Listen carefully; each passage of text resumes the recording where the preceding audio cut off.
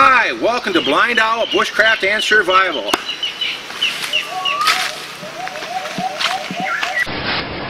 Today I have a little gear review for you. I was in the market today in Hitafi with Ricky. He drove down with me, and the main goal was to buy some potatoes and some supplies for Marfi's cooking show. But I always walk by the knife tables to see if they have anything new, and today they had some nice Bolos with cast aluminum handles on them, and they've had these before, but they've always been made out of real thick 1/4-inch steel, and they're just too darn heavy to use for any kind of work. But this one is a nice, not thin blade, about an 1/8 inch thick, and it has the maker's name stamped into it, so I can guarantee you this is regular Moly steel, the spring steel, which is just what we're looking for. And what I did was I took 3 real small Ranger bands and just spaced them out on the handle, and you can already see that it's all wet just from my hands. I'm just soaked just standing here. It gives you just a little bit of extra traction. For me, the handle, I'd like to see a handle about 1/3 bigger around than that, but again, this is all they had here, and this is made for, you know, little Filipino hands. And for me, the handle needs to be about another full inch longer too.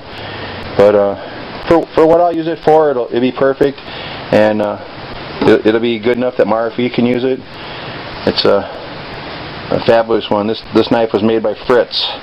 I've had some of his knives before. They're pretty nice, nice and straight. But the nice thing about the aluminum handle is that it'll last forever. Where the other cheap knives, the handles fall off after a while because they just have that short rat tail in them. The ones I had custom made for me, I made sure they were full tang. But if you go to the knife table, you won't find a full tang knife here, at least on this island here.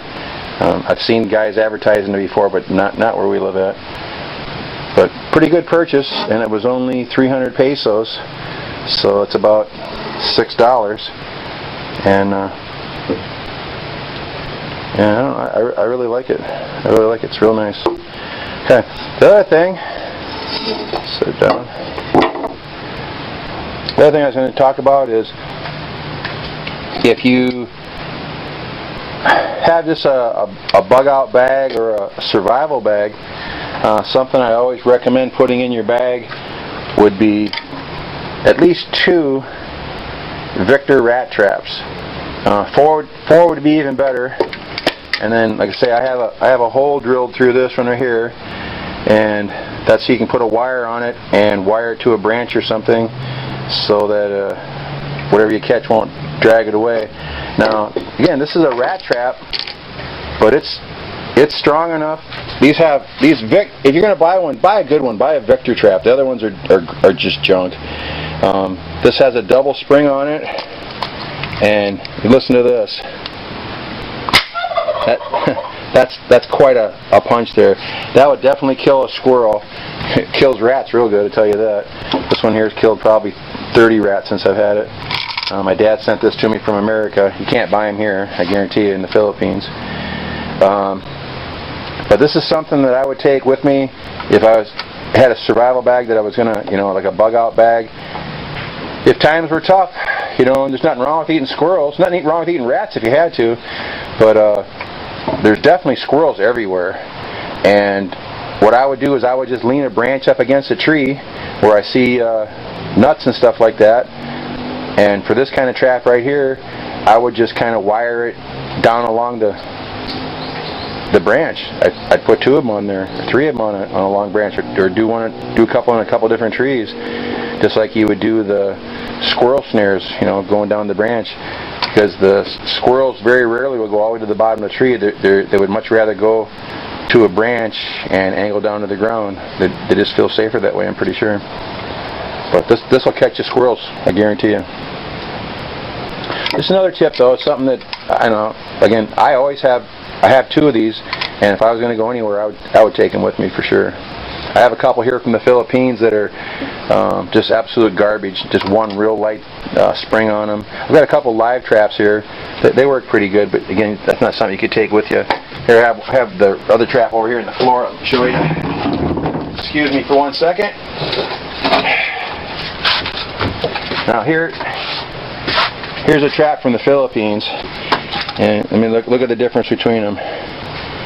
No, totally different. The Victor has 2 heavy-duty springs. This one has a real light spring. I mean, still got a good snap to it, but not near as strong as the Victor. It's got a real thin piece of plywood, where this has just a nice chunk of solid wood, so if it gets wet, it won't come splitting apart on you. This Victor's the top of the line. The only thing I've seen that's nicer than this is the Victor plastic trap. It's a little bit lighter, still has the same double spring on it. That'd be real nice too, and they're black. It'd be real handy. But just something to look at, and it's at victorpest.com. You can find out their stuff. But they have a whole line of different products. But that's just something for you to think about. Just like to wrap this video up. I'd like to thank everybody for taking the time to watch this video.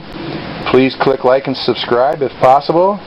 You can contact me anytime at blindowloutdoors@gmail.com. Happy to hear your thoughts, your ideas. I'm always looking for tips myself for any kind of bushcraft stuff or basically anything. That's all I have for you now. Thank you very much, and have a very nice day.